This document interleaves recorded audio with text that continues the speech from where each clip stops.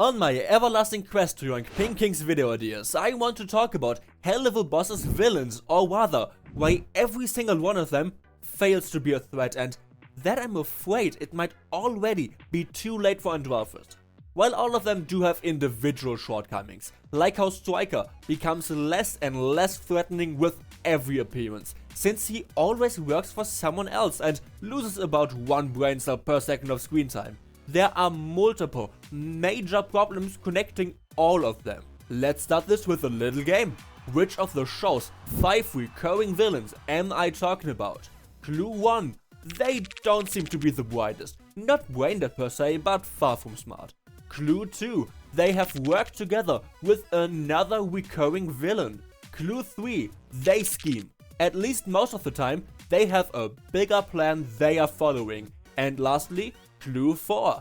They are arrogant and elitist. A big part of their screen time is dedicated to them looking down on another person or group. Well, that wasn't very helpful at all, was it? Somehow, the team managed to make completely unrelated characters from heavily varying backgrounds feel kind of the same. To the point where I, after just having finished a complete Season 1 retrospective, forgot that Striker used to be a twist villain? Do you remember that? When he was introduced, Striker was working at Millie's parents' farm, acting like he would be allied with the imps from now on, only to betray them, trying to assassinate Stolas. What happened to that? Now he's just a goon for the random antagonist of the week? Stella, Crimson, Andrealphus, whoever needs a hired gun, not even caring about his original goal of targeting royals most of the time.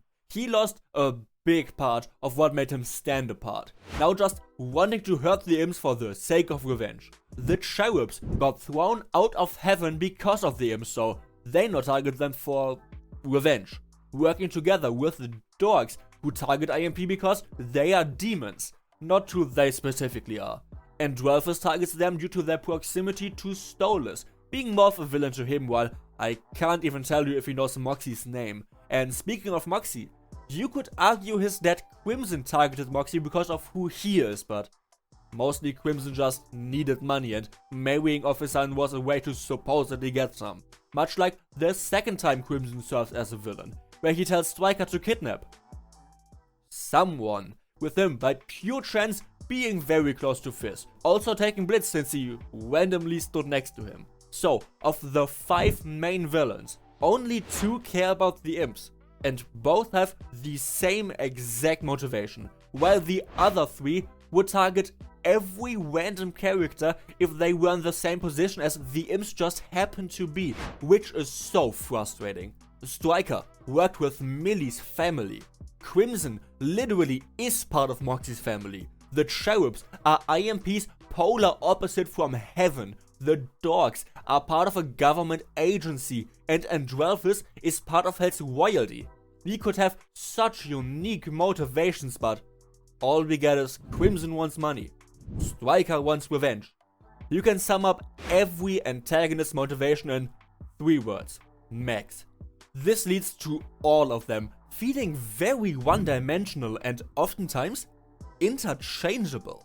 But this is far from the only problem, not even the only problem that leads to very different characters feeling the same. I'm gonna get into that in just a second, but before, if you have another reason, share it in the comments, and on your way down there, I'd be very grateful if you'd like and subscribe, helping me reach my goal of getting monetized till the end of this year. Helluva Boss is kind of tone deaf. I'm well aware this is a common point of criticism, but the way this affects villains in particular is heavily under-discussed, so bear with me for a moment. No matter what the current mood is, if there is a punchline that could be included, it will be included. While, as a consequence of this, we often ruin the atmosphere as well as my blood pressure, think about why someone comes across as scary. Your first instinct is probably to say, well, they do scary, evil stuff, but that's not true, is it?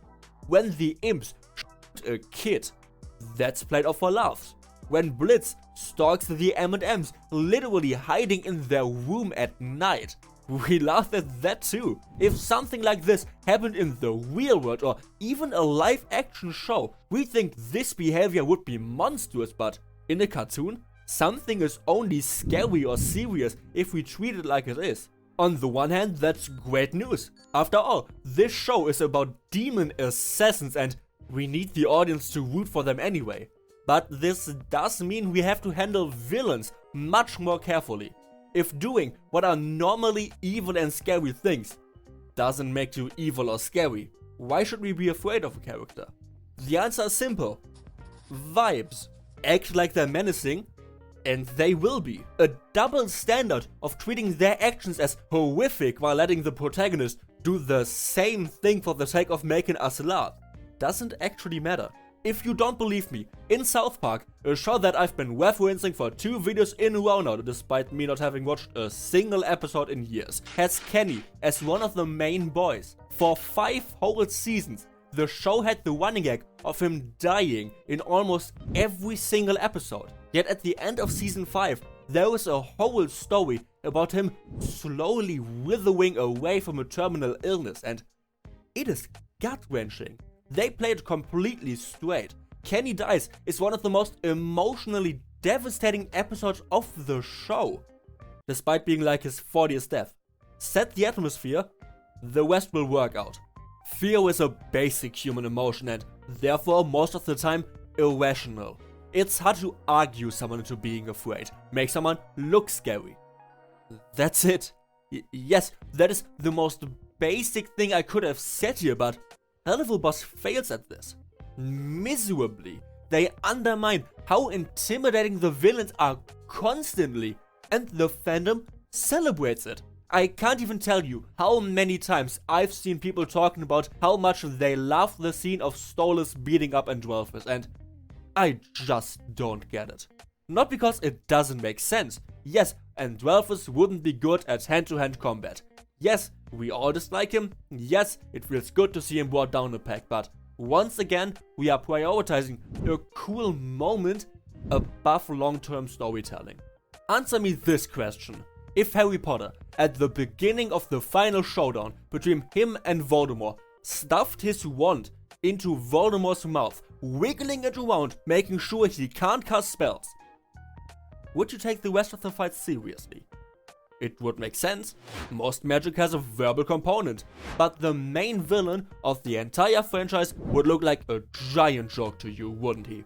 This scene is exactly that. It makes the main villain look like a joke.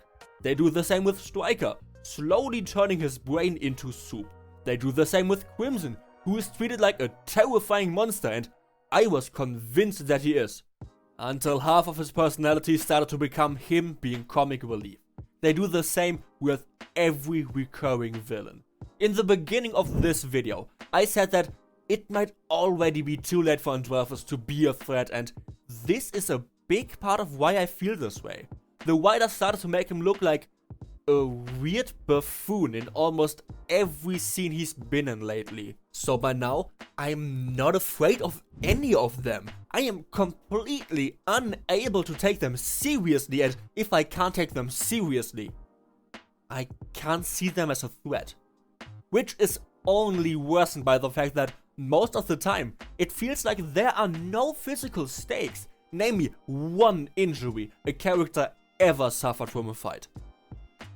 Well, Stolas got hurt so badly that he was rushed to the hospital. That does sound quite severe. Let's see how he is doing in the next episode. He isn't actually in that one. Okay, how is he doing the episode after that?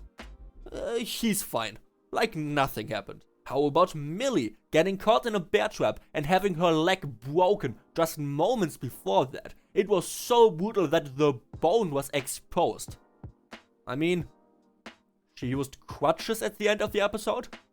Totally fine in the next one though, which just happens to be Truth Seekers, the biggest battle of the series so far. Millie fights like she always does. Why can't there ever be some consequences to show us that these fight scenes actually matter? To make us aware these characters are mortal and they are in danger. And it's not like you have to kill off a character or something like this. What if in Oops, after Stryker gets set on fire, the next time he shows up, part of his body is covered in burns? This would make him look more intimidating and give him another reason, as well as constant visual reminder of why he hates Blitz. But nothing like this ever happens. Instead, we get the polar opposite. No matter what happens to a character, they are fine. To an absurd degree. In Truth Seekers, one of the main two D.H.O.R.K. agents gets her neck snapped and turned around a full 180 degrees. We hear her bones break multiple times. Why is she alive? Why include that scene if you want her to be fine after this? I may not be a doctor, but I'm pretty sure human bodies don't like it if you do that. We don't even have the weak explanation of they are demons, they heal quickly or something like that. A human woman gets her head literally turned around and moments, mere seconds later, she's completely okay. Why should we ever care about a fight scene if at the end of the day everyone is always unharmed? The most baffling thing about this is that Helluva Boss actually had one amazing villain. The first one we've ever seen, Robo-Fizz. He is menacing. He has a history with Blitz, so the two fighting feels impactful. He is a jester, so even when we are laughing at him, that only adds to his character. And at the end of the episode, he loses the fight and actually gets killed off. I don't have a single complaint. I love him. He is perfect. Or at least he used to be. Because I lied to you. He does get swallowed whole and we all thought he's destroyed. But in Apology Tour, without a single reason to reveal this, we see he's actually fine. After 3.5 years of the show having one perfect villain, they decided to take that away too. Well, that's a depressing way to end this video. If you want to see one that's a lot more positive, I just released a Season 1 retrospective, ranking every single episode. But before you leave, please leave a like and subscribe.